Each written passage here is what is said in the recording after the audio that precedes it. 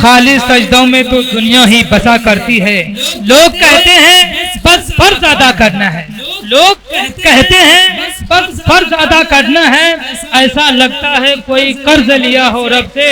تیرے سجدے کہیں تجھے کافر نہ کر دے اے اقبال، تیرے سجدے کہیں تجھے گمراہ نہ کر دے اے اقبال، تو جھکتا کہیں اور ہے اور سوچتا کہیں اور ہے۔ بہت ادب و احترام کے ساتھ آپ حضرات کے سامنے جناب حضرت علامہ مولانا امام و خطیب شاہی مسجد نانپارہ ہاؤس سے تشریف لائے ہیں۔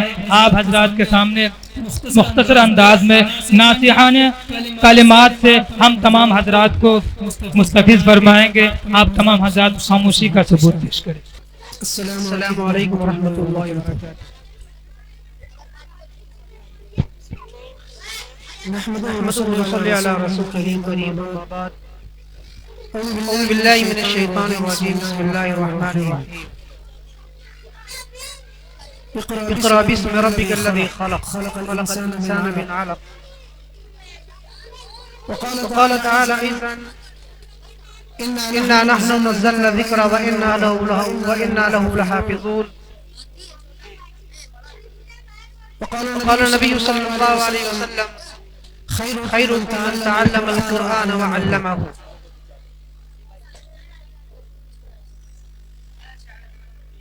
اسٹیج پر بیٹھے ہوئے معزز حضرات علماء کرام، مدرسے کے پیارے معصوم بچے اور جلسے میں شریک تمام پیاری ماؤں بہنوں،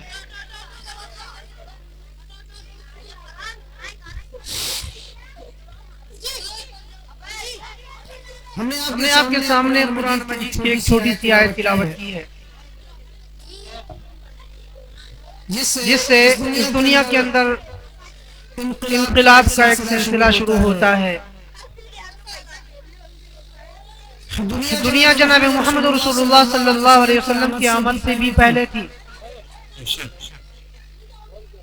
سیدنا آدم علیہ السلام سے لے کر جناب محمد رسول اللہ صلی اللہ علیہ وسلم تک جو دنیا کی اس کی شکل بگڑ چکی تھی، حالات کے اعتبار سے، سماج کے اعتبار سے، معاملات کے اعتبار سے۔ اللہ رب العزت نے جب اس دنیا کی حالت کو بدلنا چاہا، زمانے سے، سماج سے برائیوں کو مٹانا چاہا، تو دوستو، بزرگوں، بھائیوں، پیاری بہنوں، اللہ رب العزت نے اس دنیا کے نظام کو بدلنا چاہا، تو آقا نامدار تاجدار مدینہ محمد عربی صلی اللہ علیہ وسلم کو اس روئے زمین پر مبعوث کرنے کا فیصلہ فرمایا۔ بظاہر جناب محمد رسول اللہ صلی اللہ علیہ وسلم کی آمد بہت بعد میں ہوتی ہے، لیکن تاریخ بتاتی ہے کہ جناب محمد رسول اللہ صلی اللہ علیہ وسلم کا نمونہ، آپ کا ڈھانچہ، آپ کا وجود سیدنا آدم علیہ السلام سے پہلے ہی اللہ رب العزت نے بنا کر فٹ کر دیا تھا، بھیجا آخر میں، کیونکہ جناب محمد رسول اللہ صلی اللہ علیہ وسلم کی ذات وہ ذات ہے جو خدا وحدہ لا شریک کے بعد ہے۔ اس وجہ سے اللہ رب العزت نے جب فیصلہ فرمایا کہ نبی کے بعد نبوت کا سلسلہ ختم کر دیں گے، اس وجہ سے دوستو، بزرگوں، بھائیوں، اللہ رب العزت نے جناب محمد رسول اللہ صلی اللہ علیہ وسلم پر سب سے بڑا احسان فرمایا کہ آپ کے بعد نبوت کا سلسلہ ختم ہو گیا، اور آپ کی ذات اقدس وہ مبارک ذات ہے جس کو رب العالمین نے القاب فرمایا سید الانبیاء، انبیاء کے سردار ہیں۔ دوستو، بزرگوں، بھائیوں، اللہ رب العزت نے جب دنیا کے نظام کو بدلنے کا فیصلہ کر لیا، جناب محمد رسول اللہ صلی اللہ علیہ وسلم کی بعثت ہو گئی، 40 سال تک مکی زندگی گزرتی ہے۔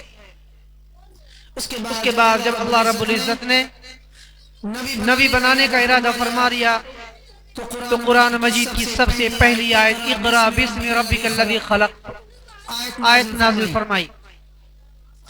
ابھی قرآن موجود نہیں ہے۔ قرآن کے موجود ہونے سے پہلے اللہ رب العزت نے جو اس روئے زمین پر نبوت کی ابتدا فرمائی وہ قرآن مجید کی آیت اقرا بسم سے فرمائی۔ اس سے دو چیزیں جھلکتی ہیں کہ اللہ رب العزت نے فیصلہ فرما لیا تھا کہ انسان کی زندگی میں تعلیم کی اہمیت کتنی ہے، تعلیم کیا چیز ہے۔ یہ جناب محمد رسول اللہ صلی اللہ علیہ وسلم کی آمد کے بعد روئے زمین پر پتہ چلا۔ اسی وجہ سے بتاتے ہیں، حدیث کے اندر آتا ہے کہ جہالت موت ہے، علم روشنی ہے۔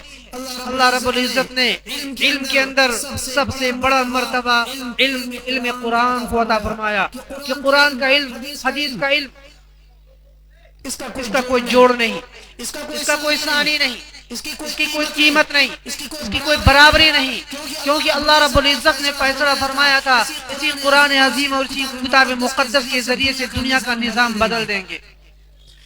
تو ایک وہ کتاب جس کو قیامت تک باقی رکھنا تھا، دوسرا وہ نبی جس کے نام کو قیامت تک باقی رکھنا تھا۔ اس وجہ سے نہ قرآن کسی نبی کو دیا اور نہ پہلے اپنے آخری نبی کو مبعوث فرمایا۔ دوستو، بزرگوں، بھائیوں، یہ قرآن کی اہمیت اسی آیت سے اندازہ ہوتا ہے۔ پروردگار نے ایسے انسان کو بتایا اقرا بسم، جو پڑھا نہیں تھا، میرے نبی امی تھے، پریشان ہوتے ہیں، حضرت جبرائیل علیہ السلام کا مشکل پڑھاتے ہیں، اللہ کے نبی پڑھتے ہیں، پھر نبوت کا سلسلہ شروع ہوتا ہے، قرآن کے نازل ہونے کا دور شروع ہو جاتا ہے۔ دوستو، بزرگوں، بھائیوں، ابھی کوئی نہیں ہے، اللہ کے رسول اکیلے ہیں، چند صحابہ ہیں، صدیق اکبر ہیں، حضرت علی ہیں، حضرت ابو ہریرہ ہیں، یہ چند لوگ ساتھ دیتے ہیں اور ایک نبوت کا سلسلہ ہوتا ہے، شروع ہوتا ہے۔ صحابہ کرام کا سلسلہ 5 لوگوں سے شروع ہوتا ہے۔ جناب محمد رسول اللہ صلی اللہ علیہ وسلم قافلے کو لے کر آگے بڑھتے ہیں اور قرآن کی تعلیم کی اہمیت کا اندازہ اصحاب صفہ سے ہوتا ہے۔ جناب محمد رسول اللہ صلی اللہ علیہ وسلم ابھی مکہ میں موجود ہیں، قرآن کا سلسلہ شروع ہو رہا ہے۔ اصحاب صفہ پر قرآن کی تعلیم حاصل کرنے والے صحابہ کی ایک جماعت موجود ہے جو بھوکے بھی ہیں، پیاسے بھی ہیں، لیکن کاتب وحی بھی ہیں، شریعت کی حفاظت کرنے والے وہ صحابہ ہیں۔ دھیرے دھیرے صحابہ کا قافلہ بڑھتا جا رہا ہے۔ پھر دوسری چیز، اللہ رب العزت نے جب فیصلہ فرما لیا قرآن عزیز کو نازل کرنے کا، کیوں فرمایا؟ اس وجہ سے کہ اللہ کی شریعت، اللہ کے احکام، اللہ کے پیغام، اللہ کا نظام جو روئے زمین پر قیامت تک قائم رکھنا تھا، اللہ رب العزت نے سب قرآن مجید میں بتا دیا۔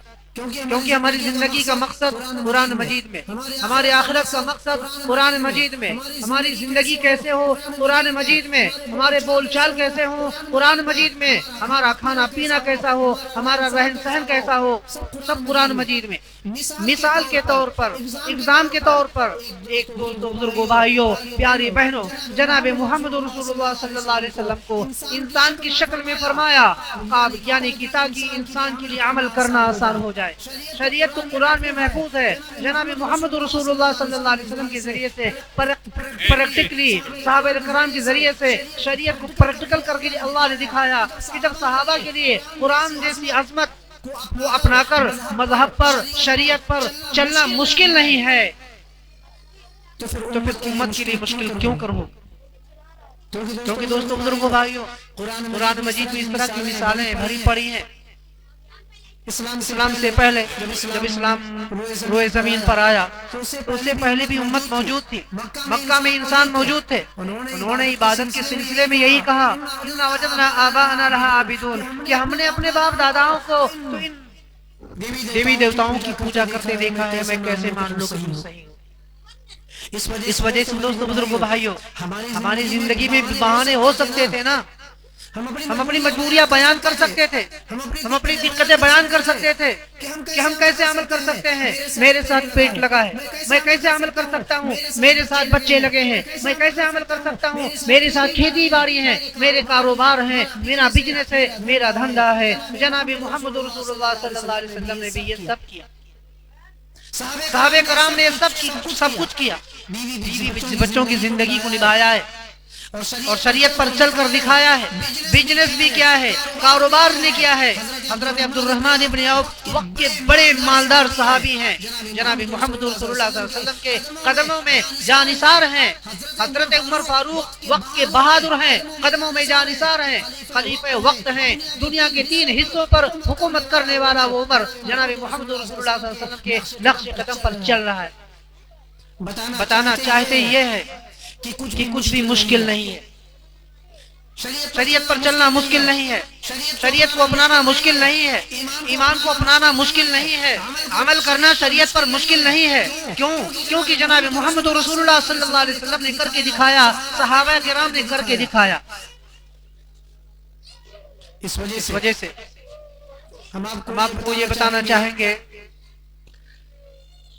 کہ شریعت ہماری زندگی ہے، شریعت کے اصول ہماری زندگی ہے۔ اگر ہماری زندگی میں اعمال نہیں، ہماری زندگی میں ایمان نہیں، ہماری زندگی میں نماز روزہ نہیں، اگر صدقات و خیرات کا جذبہ نہیں، جناب محمد رسول اللہ صلی اللہ علیہ وسلم اور آپ کی تربیت یافتہ صحابہ کے طریقے نہیں، ان جیسا جذبہ نہیں، تو ہمارا ایمان ہے کیسا؟ ہم اپنی زندگی گزارے کیسے؟ ایمانداری کیا ہے؟ میرا کھانا، میرا پینا، میرا رہن، میرا سہن کیسے ہو؟ سماج میں بچوں کو کیسے پالا جائے؟ بچوں کی تربیت کیسے کی جائے؟ کہاں سے سیکھیں گے؟ کیسے سیکھیں گے؟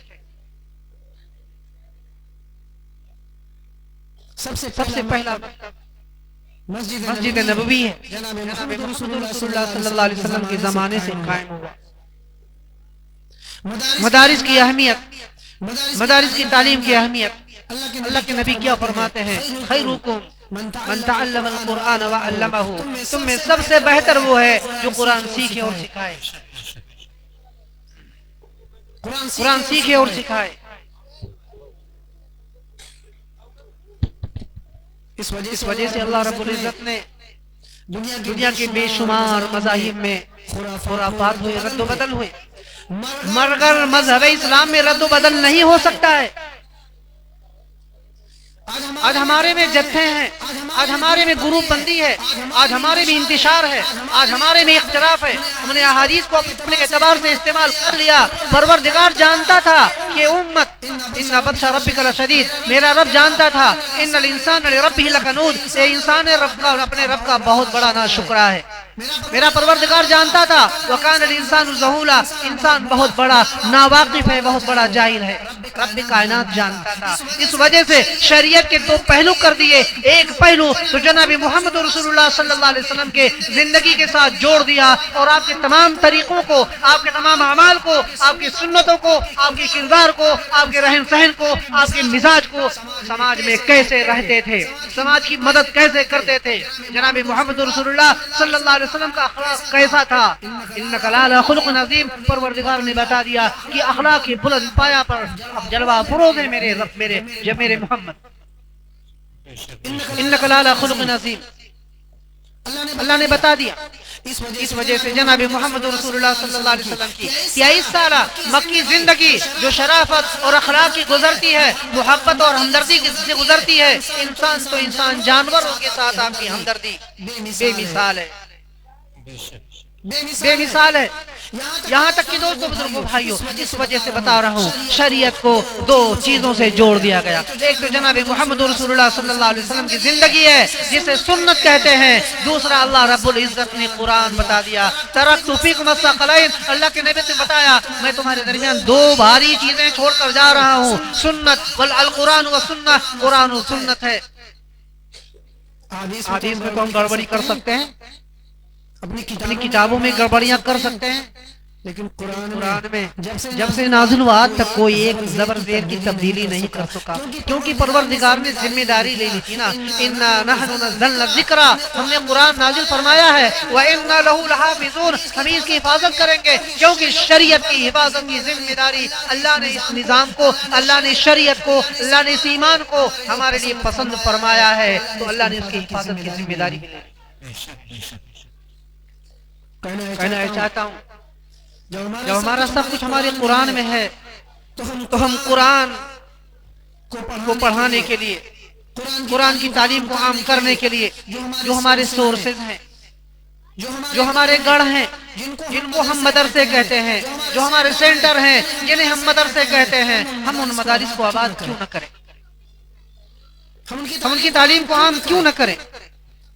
یہ دو ہی چیزیں، انسان کی زندگی مکمل ہو جائے گی، ہم راہ راست پر چلیں گے تو بھی منزل پر پہنچ جائیں گے، اور وہ ہے موت، اور بے راہ و گمراہ ہو کر زندگی گزاریں گے، منمانی زندگی گزار لیں گے تو بھی ہم اپنی منزل یعنی موت تک پہنچ جائیں گے۔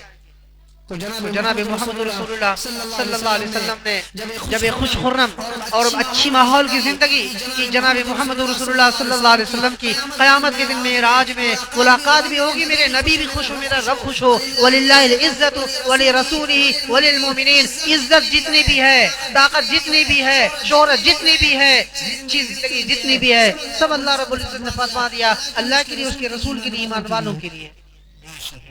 دوستو بزرگو بھائیو، ہم اس قرآن کو پڑھیں، ہم اس قرآن کے جو سورسز ہیں، جو سینٹر ہیں، جو مدارس ہیں، اس میں ہم جان و مال سے تعاون کریں، اس کی خدمت میں لگیں، ان کا حصہ بٹائیں۔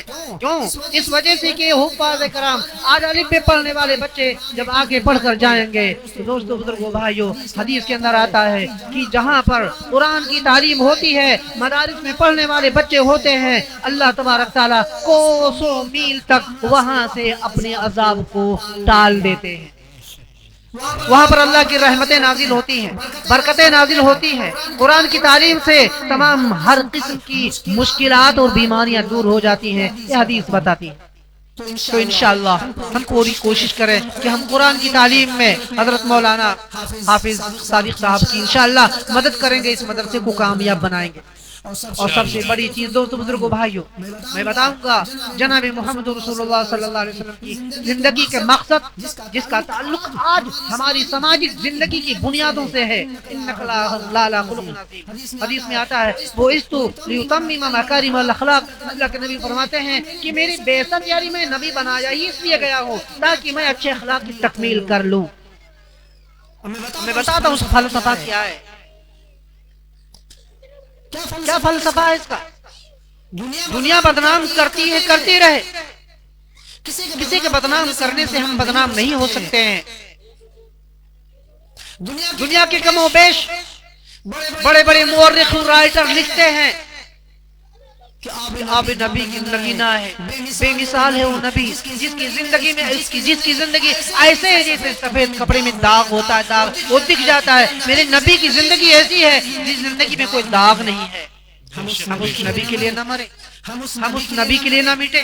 جناب محمد رسول اللہ صلی اللہ علیہ وسلم کا وہ اخلاقی پہلو تھا کہ شروع سے تو ستائے گئے، لیکن جب فتح مکہ کا وقت آتا ہے، جناب محمد رسول اللہ صلی اللہ علیہ وسلم کا وہ جذبہ دیکھیے، لا تثریب علیکم اليوم، سارے دشمن اپنے اپنے گھروں میں چھپے ہوئے تھے، حضرت عمر موجود ہیں، حضرت بڑے بڑے صحابہ موجود ہیں، جناب محمد رسول اللہ صلی اللہ علیہ وسلم خانہ کعبہ میں داخل ہوتے ہیں، بڑے مشرکین مکہ ڈر جاتے ہیں کہ آج 10,000 کی تعداد میں ہیں، کہیں بدلہ نہ لے لیں، کہیں جان سے نہ مار دیں، لیکن تمام صحابہ کرام خانہ کعبہ میں داخل ہو جاتے ہیں، اور کوئی نماز میں مشغول ہوئے، کوئی ذکر میں مشغول ہے، کوئی تلاوت میں مشغول ہے۔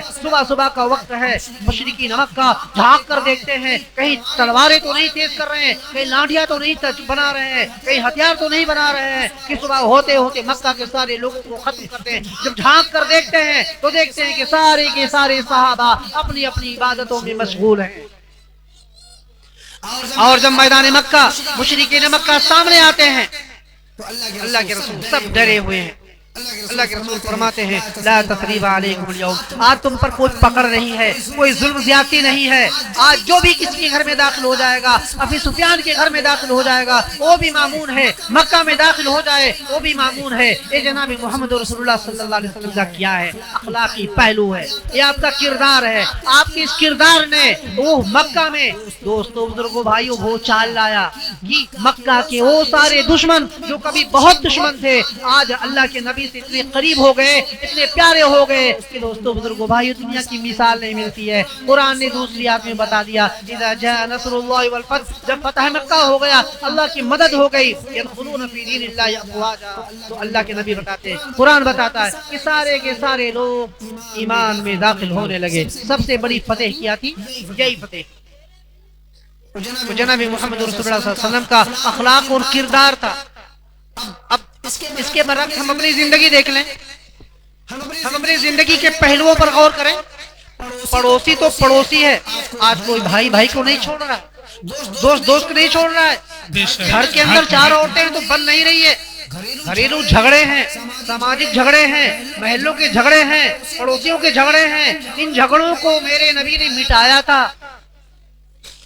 یہ ایمان کی نشانی ہے، یہ ایمان کی علامت ہے۔ جو تم سے دشمنی کرے اس سے محبت کر لو، جو تم کو دور بھگائے اس سے قریب ہو جاؤ۔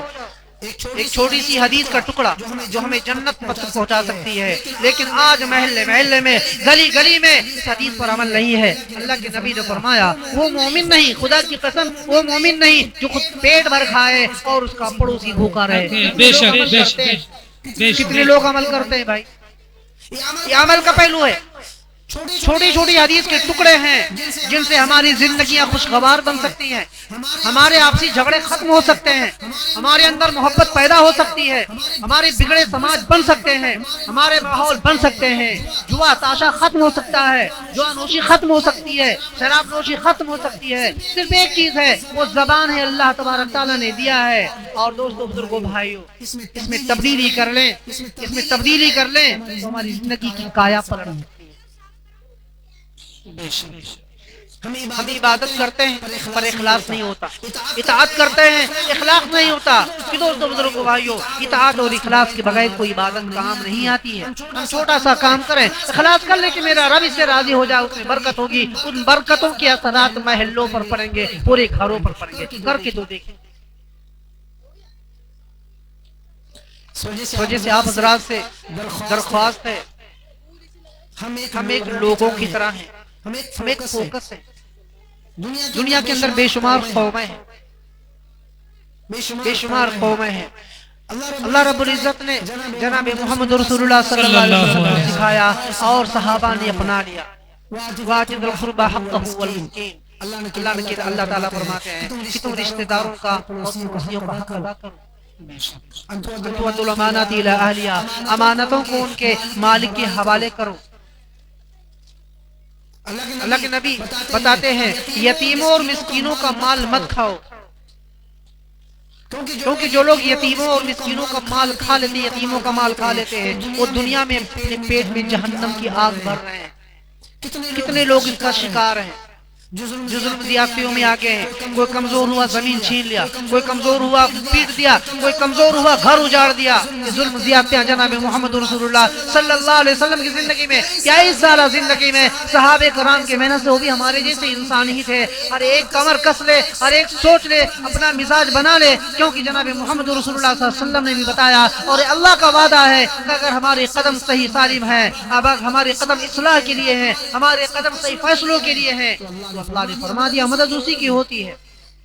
کون آئے گا؟ فرشتہ نہیں آئے، کوئی دوسری قوم نہیں آئے گی، حضرت جبرائیل نہیں آئیں گے۔